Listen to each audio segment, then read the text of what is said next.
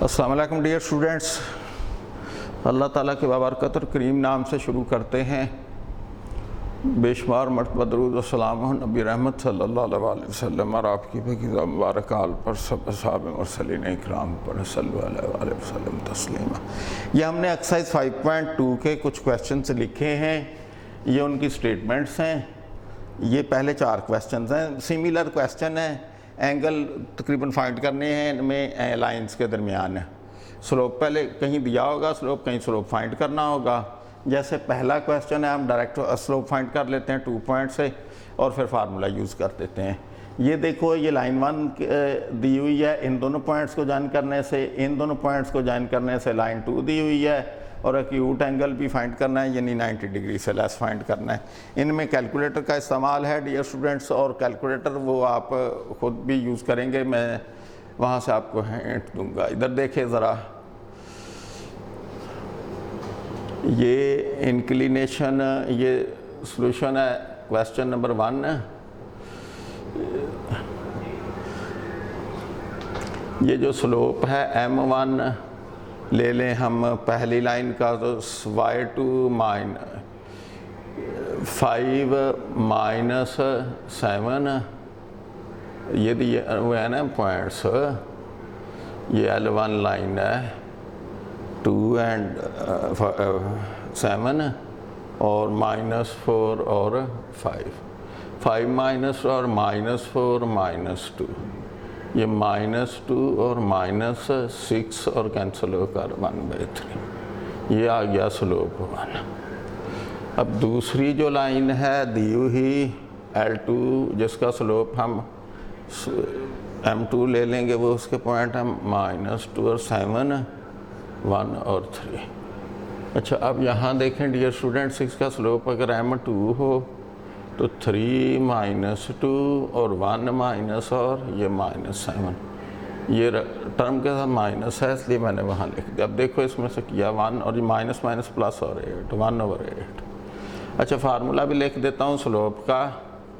जब 2 पॉइंट्स दिए हुए हों तो M स्लोप फाइंड करना हो तो आप जानते हैं पहले डियर स्टूडेंट्स, y2 में ये है रिज़ल्ट। ये रिज़ल्ट मैंने इन दोनों केसेस में यूज़ किया है। अब ये देखो दोनों लाइनें ऐसे हों, ये लाइन L1 हो, ये लाइन L2 हो, ये एंगल आपने दोनों के दरमियान फाइंड करना हो। L1 से L2, वो जो फ्रॉम लिखा हुआ from find angle from L1 to L2, L1 से L2 की तरफ, इसका जो है वो स्लोप M1 है, इसका स्लोप M2 है। अब यूजिंग फार्मूला उसमें वैल्यूज़ पुट करनी है सर। Using formula tan theta is equal to M2 minus M1 over 1 plus M। यहाँ ये कि बच्चे आप गलती करते हैं, ये नहीं करनी कि जब आपने यहाँ डायरेक्शन का ख्याल रखना है और ये एंगल लिखते हुए एरो का निशान एंटी क्लॉकवाइज लगाना है और जिस तरफ हेड होगा उसका स्लोप आपने पहले लिखना है। ये मिसिंग नहीं होनी चाहिए, ये अगर मिसिंग होगी तो आपका सवाल गलत हो जाएगा। अब यहाँ वैल्यूज़ पुट करो। M2 की वैल्यू है 1/8 माइनस M1 की वैल्यू है 1/3। अब 1 प्लस आगे 1/3 इंटू 1/8, ये आगे पीछे भी लिख दो, कोई फ़र्क नहीं है क्योंकि यहाँ प्लस आप देखो ऊपर एलसीएम लो तो वो 24 है। इसको डिवाइड किया 3 आया, 3 को 3 माइनस, इसको डिवाइड किया तो 8 आया और 8।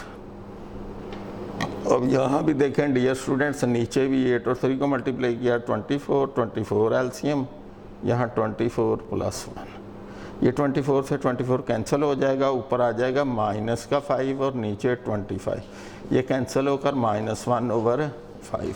ये tan थीटा है।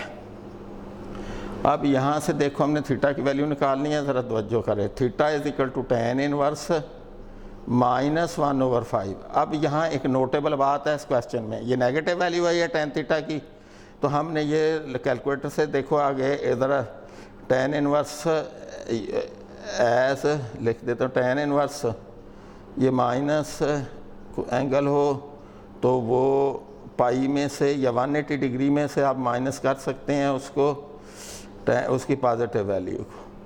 तो आप इस तरह करेंगे, ये वैल्यू आपने फाइंड करनी है tan इनवर्स -1/5, तो ये 180 डिग्री में से माइनस कर देंगे tan इनवर्स 1/5। ये डियर स्टूडेंट्स कैलकुलेटर से आप वैल्यू निकाल कर 180 डिग्री में से आपने माइनस करना है इसको, तो तुम्हारा ये आंसर आ जाना है। आगे रह गया अक्यूट एंगल, तो अक्यूट एंगल आपने ऐसे निकालना है, फाइंड करना है। देखो अक्यूट एंगल करना है ना, ये साइन वगैरह भूल जाओ नेगेटिव, आपने इसकी मॉडुलस वैल्यू लेनी है tan इनवर्स मॉडुलस ये 1/5। ये जो वैल्यू आपके पास आंसर आएगा ये आपके अक्यूट वैल्यू आ जाएगी। सिमिलर पैटर्न पे ये वाला सवाल है। आगे नेक्स्ट क्वेश्चन है second, find angle between the line. अब स्लोप दिए हुए हैं आपको, ये क्वेश्चन भी सेम है। यहाँ देखो ज़रा गौर से, यहाँ आपने स्लोप खुद फाइंड किए हैं m1 और m2, और इस सेकंड क्वेश्चन में क्या है m1 और m2 दिए हुए हैं आपके दोनों पार्ट्स में। आपका इस क्वेश्चन का इतना हिस्सा ये नहीं समझ ले कोई नहीं है, आपके लिए काम इजी कर दिया गया हुआ है। और तो आपने क्या करना है, m1 और m2 की जगह पे वैल्यूज पुट कर दो या फार्मूले में और उसके मुताबिक सॉल्व कर लो।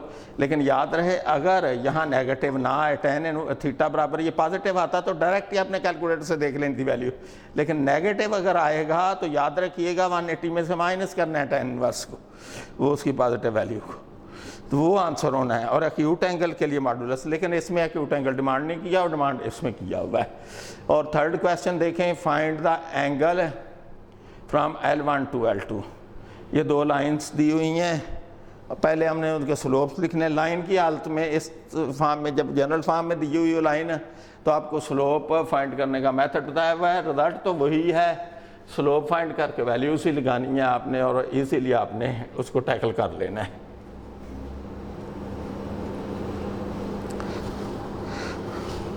डियर स्टूडेंट्स क्वेश्चन नंबर 3 देखें ज़रा। इसमें लाइन 1 क्या दी हुई है, 2x + y - 3 = 0। तो लाइन 2 क्या दी हुई है, x + y - 5 = 0। आपने एंगल फाइंड करना है फ्रॉम L1 टू L2, यानी ऐसे है, ये अगर आपकी लाइन L1 है, ये लाइन आपकी L2 है, तो आपने ऐसे फाइंड करना है ये वाला एंगल। तो यहाँ इसका स्लोप m2 होगा, इसका m1 होगा, m2 में से m1। अब देखो यहाँ इसका स्लोप निकालना है m1, तो ये कैसे निकालते हो, पहले तो देखो इसको स्लोप इंटरसेप्ट फॉर्म में लिखेंगे ना, y इधर रहने दो, तो ये बाकी दोनों टर्मों को उधर ले जाओ, -2x + 3, साइन बदल गया।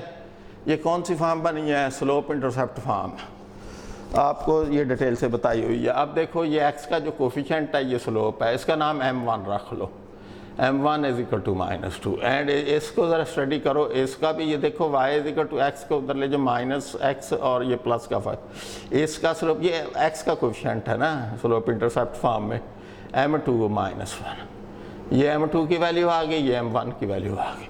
अब एंगल फाइंड करना है इन दोनों के दरमियान में, ये तो मामूली सी बात जो अभी आपने क्वेश्चन किया वही है। यूजिंग फार्मूला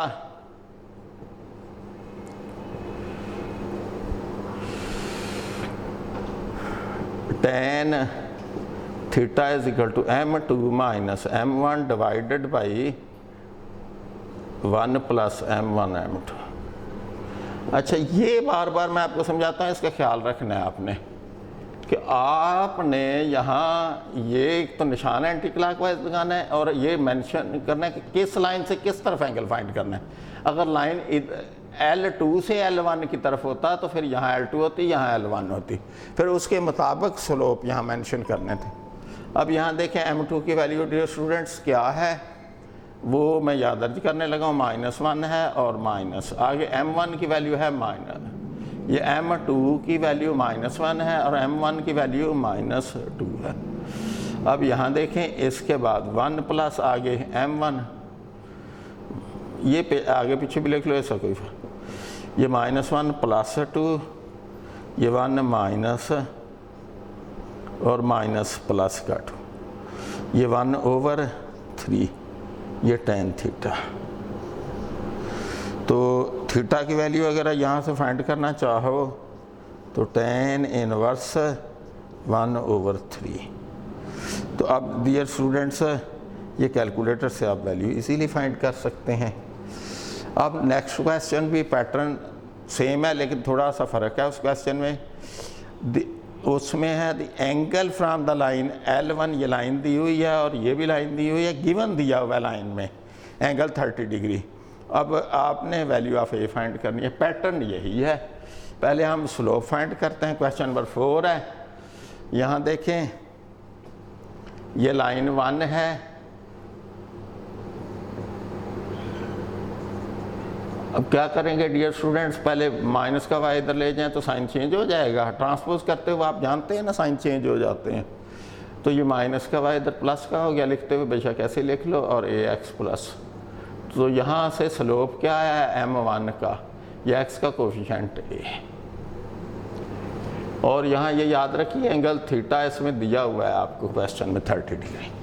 अच्छा, अब दूसरी लाइन जो है उसका क्या है dear students, and second line क्या है x + y -4। अब इसका देखो y इधर रहने दो, इन दोनों को ज़रा ट्रांसपोज तो करो, और ये साइन चेंज हो गया। x का कोफिशिएंट बार बार बता रहा हूँ, यहाँ जब इस हालत में हो इक्वेशन तो ये x का कोफिशिएंट स्लोप होता है। ये कौन सी फॉर्म होती है भला, ये फॉर्म बनती है y = mx+। इसको क्या बोलते हैं डियर स्टूडेंट्स, इसको कहते हैं स्लोप इंटरसेप्ट फॉर्म। तो यहाँ से m2 हुआ -1। अब एंगल भी आपको मालूम है, स्लोप भी मालूम है, एक ये फाइंड करना है। तो ज़रा वैल्यूज देखो, यूजिंग वही फार्मूला है, यूजिंग फार्मूला tan थीटा क्या है। अब यहाँ ज़रा तवज्जो करो, angle from line this to this, यानी ये लाइन 1 है, L1 है, ये लाइन L2 है। तो वही L1 से L2 की तरफ, तो फिर स्लोप कैसे लिखोगे, m2 - m1 divided by 1 + m2। अब देखो यहाँ tan 30 डिग्री, क्यों 30 डिग्री मैंने लिखा है, क्वेश्चन में गिवन है, मैं खुद से नहीं लिख रहा। m2 की वैल्यू क्या है -1, -a, m1 की वैल्यू a है। और यहाँ ये डियर स्टूडेंट्स ये 1 प्लस इसकी वैल्यू m1 की a और इसकी वैल्यू -1। और tan 30 डिग्री क्या होता है 1/3 स्क्वायर रूट, ये -1 - a, नीचे 1 - a। अब क्रॉस मल्टीप्लाई इसको और इसको इस तरफ कर लो। इसको जब करोगे 1 - a, इसको इधर किया -3 स्क्वायर रूट, और इसको जब इसके साथ किया 3 स्क्वायर रूट। और अब क्या करोगे डियर स्टूडेंट्स, इनको ट्रांसपोज कर लो इस तरफ, a वाली टर्मों को और b वालों को एक तरफ, कांस्टेंट्स को एक तरफ कर लो। अब यहाँ देखो, इसको अगर मैं इधर ले आऊँगा, ये नेगेटिव 3 स्क्वायर रूट है, इधर आकर पॉजिटिव हो जाएगा, और ये उसी तरह। और यहाँ ये माइनस का 3 स्क्वायर रूट, और ये 1 इधर प्लस का, इधर ये माइनस। अब आगे देखो, इन दोनों में से a कॉमन आता है, ये 3 स्क्वायर रूट और यहाँ -1, और यहाँ a, और यहाँ अब ये देखो इधर टर्म ये मल्टीप्लाई हो रहा है, इधर डिवाइड हो गया।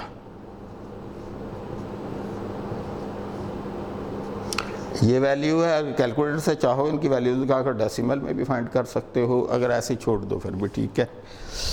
तो ये डियर स्टूडेंट्स आप इसको अंडरस्टैंड कर गए हैं इस लेक्चर को, कि आपने जब 2 लाइंस दी हुई हों आपने स्लोप फाइंड करना है। एक केस तो ये है, एक केस ये है स्लोप दिया हुआ हो, जैसे यहाँ स्लोप फाइंड करना था, यहाँ आपको स्लोप गिवन थे।